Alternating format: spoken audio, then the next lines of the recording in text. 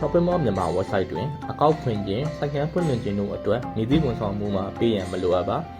ဆိုင်တွင်မိမိ၏ကြောင့်ကုန် product များတင်၍ရောင်းချနိုင်ရန်အချိန်ကာလအပေါ်အခြေခံသတ်မှတ်ထားသည့်ပက်ကစ်များထဲမှတနင်္သက်ရာကိုရွေးချယ်၍ online မှာဝယ်ယူနိုင်မည်ဖြစ်ပါသည်ဆိုင်ငန်းစတင်ဖွင့်လှစ်သူတိုင်းကိုတနည်းအခမဲ့ရောင်းကုန်များဖော်ပြရောင်းချနိုင်သည့် welcome package ခံစား권ပေးတာပါတယ်ခင်ဗျာpackage ရယူဖို့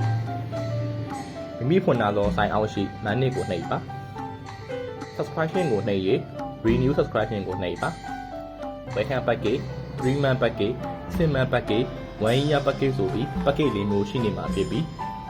ဆိုင်ကန်းစဖွင့်သူများသည် welcome package ကိုသာရွေးချယ်၍ select ကိုနှိပ်ပါမိမိဆိုင်သည်ပတ်စံပေးစရာမလိုပဲတစ်နှစ်တစ်တီမိမိ၏ရောင်းကုန် product များကို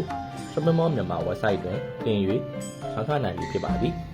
Shopping Mall မြန်မာ website တွင်ဆိုင်ငန်းဖွင့်သူများရယူသည့် package တွင် product အရေးတက်ကန့်သတ်ထားခြင်းမရှိသောကြောင့်မိမိတွင်ရှိသည့် product များကိုအရေးအတွက်အကန့်အသတ်မရှိပို့တင်၍ရောင်းချနိုင်ပြီဖြစ်ပါသည်